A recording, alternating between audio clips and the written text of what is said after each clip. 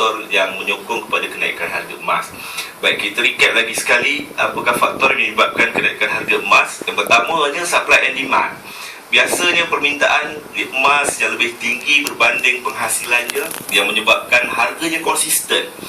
60% permintaan untuk emas adalah untuk jewellery, barang kemas. Itu yang pertama.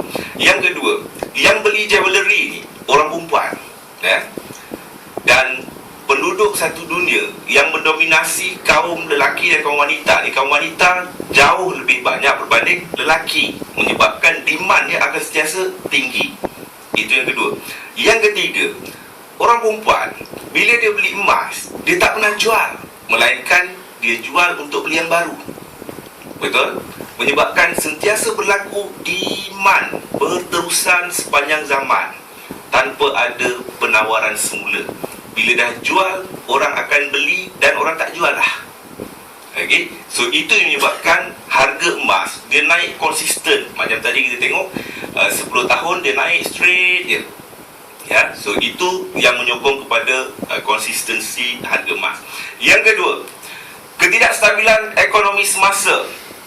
Baru-baru ini kita dengar berlaku krisis zon euro, sebelum itu ada berlaku krisis subprima pada tahun 2008. Kedua-dua krisis itu telah menyebabkan Federal Reserve mencetak lebih banyak dolar untuk disirkulate dalam pasaran. Dan bila mencetak lebih banyak wang, berlaku kenaikan inflasi lah. Harga barangan terpaksa dinaikkan, menyebabkan kuasa beli menurun. Dan yang ketiga, ini cetakan wang yang terbaru ini disebabkan oleh krisis zon euro yang berlaku baru-baru ini. Federal Reserve mencetak 40 bilion sebulan daripada tahun 2012 bulan September sampai tahun 2015. Every month dia cetak 40 bilion US dollar untuk disirkulate dalam pasaran, dan itu menyebabkan berlaku kenaikan inflasi yang sangat-sangat tinggi. Dan kalau kita tengok daripada sejarah je, ini krisis ekonomi pada tahun 2008. Kalau kita tengok daripada sejarah, untuk kali pertama Federal Reserve cetak wang, kali pertama dia cetak, harga emas naik 43%. Kali kedua dia cetak, harga emas naik 65%. Kali ketiga belum cetak lagi, baru umum sahaja, harga emas dah naik 11%. Dan akan berterusan sehingga tahun 2015. Dia naik sebab dia cetak every month continuously sampai tahun 2015. So kalau kita lihat pada trend-trend yang sebelumnya, selama mana wang dicetak, selagi itulah harga emas naik dan terus naik.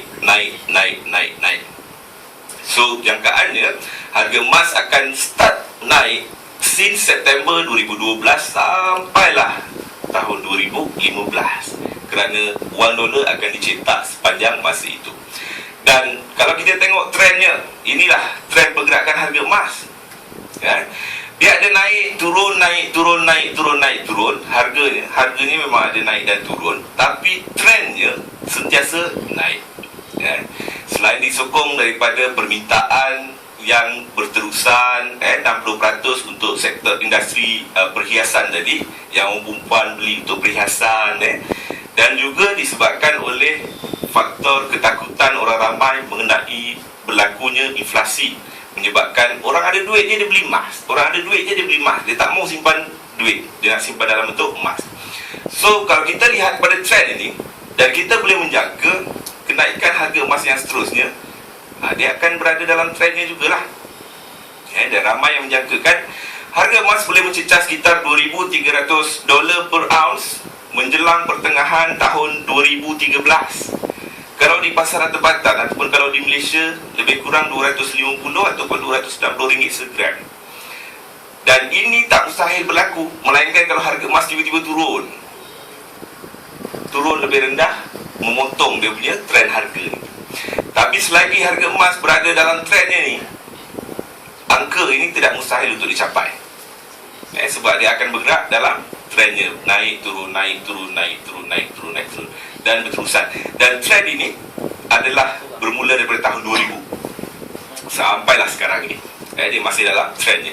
So ini trend harga emas. Jadi waktu terbaik nak beli emas, waktu trendnya menaik ataupun trendnya turun? Mana bang? Naik ke turun? Mestilah naik. Beli masa trendnya naik pun banyak yang rugi. Kalau beli masa trendnya turun, lagilah kaya terus. Uptrend lah. Beli masa trendnya, uptrend. Kalau nak beli masa turun tu harganya, bukan trendnya. Okey, kalau turun harganya ni harganya turun. Belilah masa ni. Lepas tu dia naik. Kalau trendnya turun, dia macam ni. Jangan beli masa downtrend. Beli masa uptrend. Baik. Kita tengok harga emas di Malaysia, rekod-rekodnya. Ini harga emas public gold. Daripada Mei 2009, 1 kilogram emas waktu tu harganya cuma RM111,348, bersamaan dengan 1 gram RM111. Kemudian menjelang Ogos 2010, 1 tahun berikutnya, harga 1 kilogram RM140,000, bersamaan dengan 1 gram RM140. Kemudian pada 6 bulan berikutnya, tak sampai 6 bulan, Ogos 2010, Januari 2011, lebih kurang 5 bulan, 1 kilogram dah tak dijual sebab terlalu mahal. Jadi dikecilkan kepada 250 gram. Tetapi kalau kita lihat yang harga 100 gram ini, kalau harga per gramnya adalah RM154 segram. Dan Ogos 2011, 7 bulan berikutnya, harga per gram dah mencecah RM97.49. Sebelumnya 154, 7 bulan selepasnya 197. Dan ini menunjukkan kenaikan harga emas. Sekiranya anda beli emas daripada public gold ni, mereka dah ada satu track record yang menunjukkan beli emas mereka ada harga rendah dan ada harga tinggi, yang mana kalau kita lihat, kita tahu kita beli 2-3 tahun sebelumnya, sekarang ini jual dah untung. Dan kalau tuan-tuan dan puan-puan lihat dalam paparan-paparan berita di akhbar tempatan, ramai menjangkakan RM503 menjelang 2020. 2020 ada lebih kurang 7 tahun daripada sekarang, tak lama. Tapi rasanya tak sempat 2020 dah boleh cecah sampai RM503 segram. Ini lebih kurang kalau di pasaran antarabangsa hampir sekitar 7 hingga $8,000 per ounce, harga emas di pasaran antarabangsa. Dan di pasaran-pasaran tempatan, ini beritanya, berita mengenai kenaikan harga emas. Jadinya tuan-tuan dan puan, kesimpulan yang ingin saya beritahu, sekarang ini adalah masa terbaik untuk anda mula melabur emas. Artikel ini dikeluarkan pada 26 Mei 2012. Siapa yang beli emas masa bulan Mei yang lalu, sekarang ni dah sangat untung. Untung dah sekitar 7-8%, walaupun belum jual. Kalau jual sekarang, confirm untung. Yang dah pernah jual, dia dah boleh untung 2-3 kali dah, disebabkan oleh harga emas yang selepas ni, since Mei 2012 harganya naik terus, disebabkan oleh tindakan Federal Reserve untuk mencetak wang kali ketiga tadi. Baik, so ini kesimpulannya. Dan potensinya kita lihat di sini, kesimpulannya, kalau nak beli emas, beli sekarang. Baik, kita tengok pula pilihan-pilihan pelaburan emas di Malaysia. Okey, so yang pertama sekali, tuan-tuan boleh buat pelaburan emas dengan cara beli emas dalam bentuk wafer. Wafer ni dia bentuk gold bar 4 segi, dalam macam bentuk 4 segi nipis tu. Kemudian yang kedua, beli dalam bentuk shilling, coin, dipanggil coin, ada kijang emas kalau di Malaysia ni, ataupun dalam bentuk dinar emas. So ketiga-tiga ni sesuai dan bagus untuk pelaburan. Belilah yang mana satu, yang mana-mana yang tuan-tuan mahu. Tetapi nanti ada lagi kriteria lain yang kita perhatikan. So ini cara pertama, beli, kemudian bila harganya naik, jual, dapatlah untung. Yang kedua, buka akaun emas. Buka akaun emas di bank. Ada Maybank, Public Bank, CIMB Bank, UOB Bank. Tapi yang ini tak dapat emas, cuma dapat buku akaun saja. Kita membeli nilai emas. Jadi kalau emas fizikal tu, kata orang lah, kita boleh gigit. Kalau nak cek ketulinan, yang buku akaun ni kita boleh jilat. Untuk rasa dia, ada rasa 916 ke 99. Ustaz Zarudin kata macam tu. Dia kata jilatlah buku tu, dia kata. Okey. So, yang ini kita tak dapat emas, dan dari segi hukumnya juga tidak mematuhi syarat. Ya, jelas. Sebab kalau kita tengok di Maybank, di public bank, akaun emas ni tidak dikategorikan di bawah produk Islamik. Bukan di bawah kategori Islamic produk, menunjukkan dia bukan produk yang patut syariah. Yang ketiga, yang ini agak sophisticated. Siapa yang biasa bermain dengan kaunter Bursa Saham Kuala Lumpur Stock Exchange, dia boleh melabur emas melalui ETF ni, Exchange Traded Fund.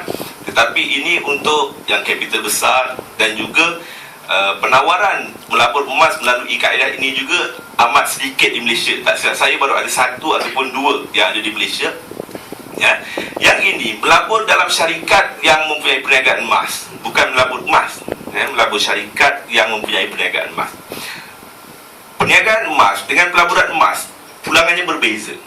Kalau harga emas naik, belum tentu perniagaan emas untung, kerana mereka dipengaruhi oleh faktor persaingan, cukai-cukai kerajaan, masalah perniagaan yang akan mempengaruhi faktor untung dan rugi perniagaan itu sendiri. Ada satu keadaan di mana harga emas naik, tapi company itu belum tentu untung. Kenapa? Sebab company itu diliskan dalam bank negara punya website. Betul? Jadi tak untung. Nak niaga, customer lari semua. Walaupun harga emas naik, belum tentu untung. Jadi risiko di situ. Ini yang ketiga.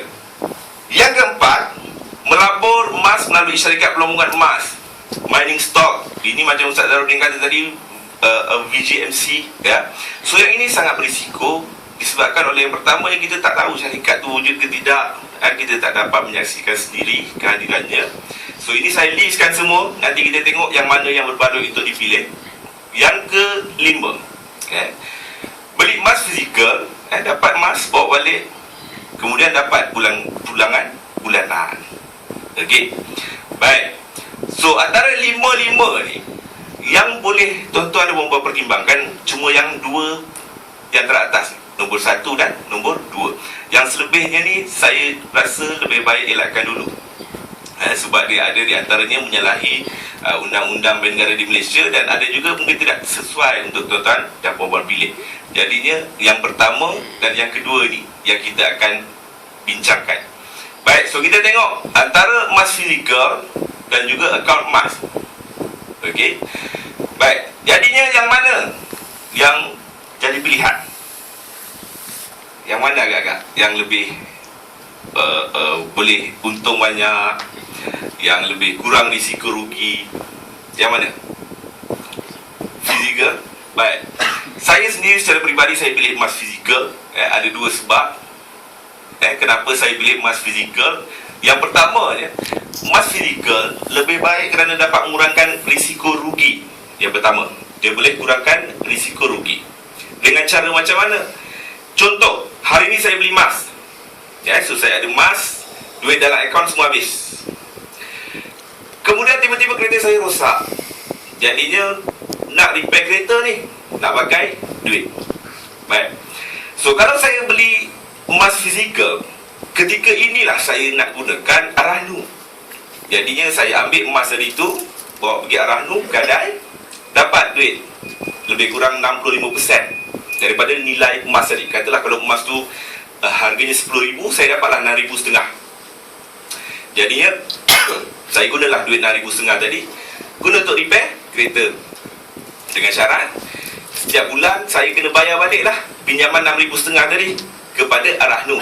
Dia ada tempoh 6 bulan, bayar sikit-sikit. Okey lah, repair kereta bayar ansuran, biasa kena bayar cash. Okey, so saya bayar sikit. Masuk bulan ke-6, bila emas tu habis bayar, harga pun dah naik. So saya boleh jual dan untung. Berbanding kalau yang saya beli tadi emas dalam buku akaun. Buku akaun tu boleh gadai tak?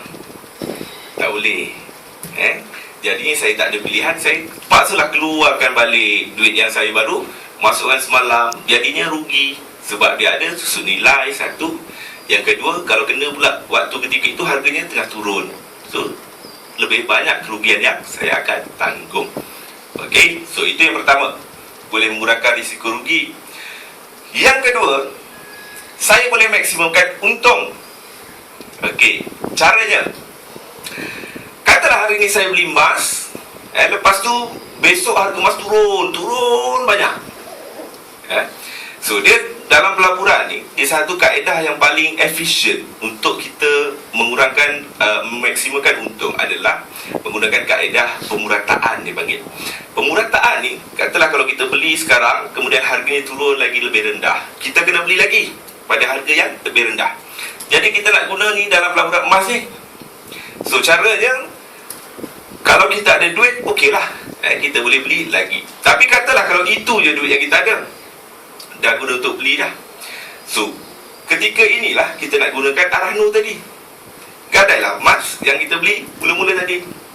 Katalah emas kita beli mula-mula tadi 10,000, gadai dapatlah 6,500. So ambillah 6,500 tu, gunakan untuk beli lagi emas ketika harganya turun lebih rendah.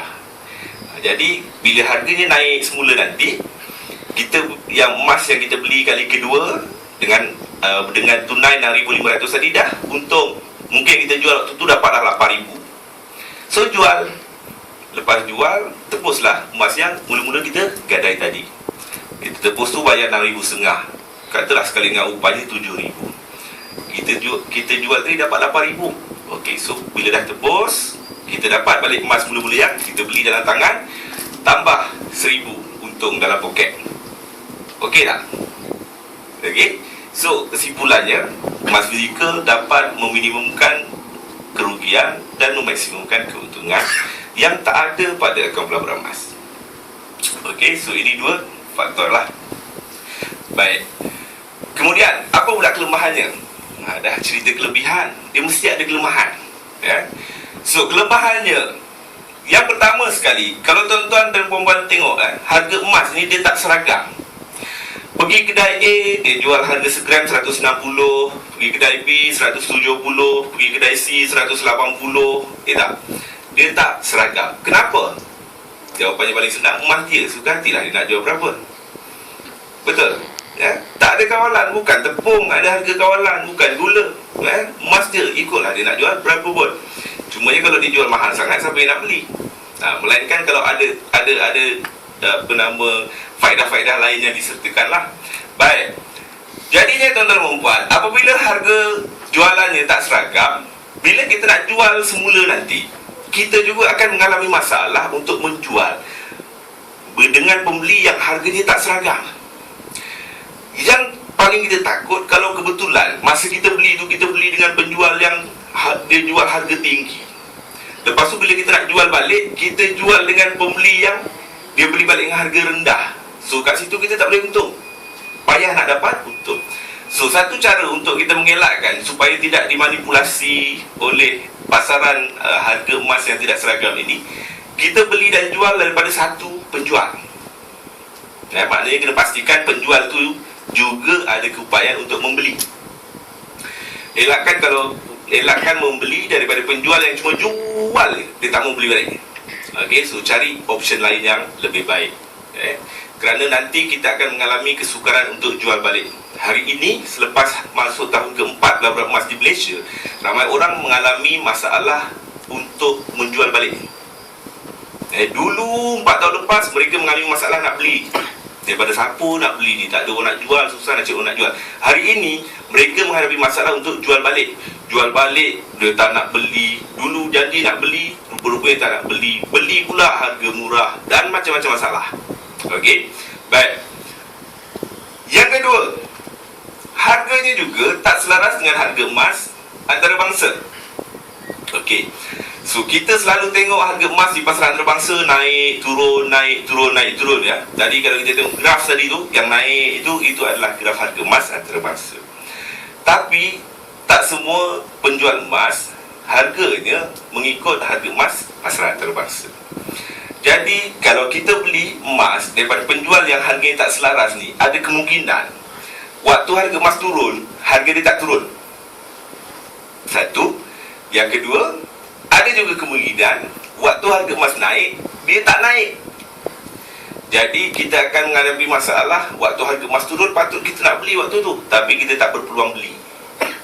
Dan Pada ketika harga emas naik, kita nak jual waktu tu, tapi kita tak berpeluang nak jual. Itu banyak sekali berlaku.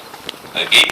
Jadinya tuan-tuan dan puan, pastikan kalau kita nak atasi kelemahan ni, kita belilah daripada penjual yang harganya selaras dengan harga emas di pasaran antarabangsa. Dan yang ketiga, kalau jual balik dia ada susut nilai ataupun spread ataupun dikenali sebagai potongan harga. Yang ini paling penting. Ya, yang ini paling penting kena faham. Setiap emas dia ada berbeza-beza. Potongan harga, potongan spread ini berbeza-beza. Setiap penjual spreadnya berbeza-beza, dan untuk setiap satu penjual tu, setiap produk juga susut nilainya berbeza-beza. Jadinya yang paling menguntungkan adalah emas ataupun penjual emas yang mengenakan susut nilai yang kecil. Dan produk yang paling menguntungkan adalah produk yang spreadnya paling rendah. Tak kisahlah pelaburan jangka panjang ke, pelaburan jangka pendek ke, spread yang paling kecil ataupun susut nilai yang paling rendah dan yang paling untung. Okey. Baik. Jadinya kalau di Malaysia ni tuan-tuan, nak beli emas daripada siapa? Banyak ni, banyak. Tuan-tuan ada banyak pilihan. Tapi saya suka untuk memberikan cadangan, kerana saya buat investment di public gold dah masuk tahun ketiga. Jadi saya tak jumpa option lain yang lebih baik yang ditawarkan oleh selain daripada public gold yang memberikan impact kepada pelaburan saya sendiri. Sebabnya di antara yang pertamanya adalah public gold adalah yang pertama yang menawarkan emas fizikal untuk simpanan dan pelaburan ini, dan setakat ini terbesar di Malaysia. Dan dia ada 18 cawangan. Maknanya tuan-tuan nak beli boleh ambil dekat mana-mana dengan mudah, dan nak jual balik pun senang. Ada penjual yang dia cuma ada satu cawangan kat KL. Kita duduk kat Sarawak abang ni, nak jual satu dinar, terpaksa naik flight pada Sarawak pergi KL. Tak berbaloi bang. Betul? Ya? Tak berbaloi. Okey, 4 tahun lepas ini tak jadi isu. Sekarang ini bila semua orang dah untung dan mereka nak jual balik, baru mereka tahu yang ini adalah sangat penting. Sebab mereka dah tahu, oh susah betul lah nak jual. Jadi ini menjadi satu kepentingan. Dan yang last kali, ini paling penting. Okay, public gold dah pernah disenaraikan di laman web Bank Negara Malaysia dan telah diaudit oleh Bank Negara Malaysia, dan perniagaannya telus. Tidak ada ciri-ciri menganiaya dan memanipulasi pelanggan. Jadinya tak ada masalah nak beli emas daripada public gold. Dan public gold juga dapat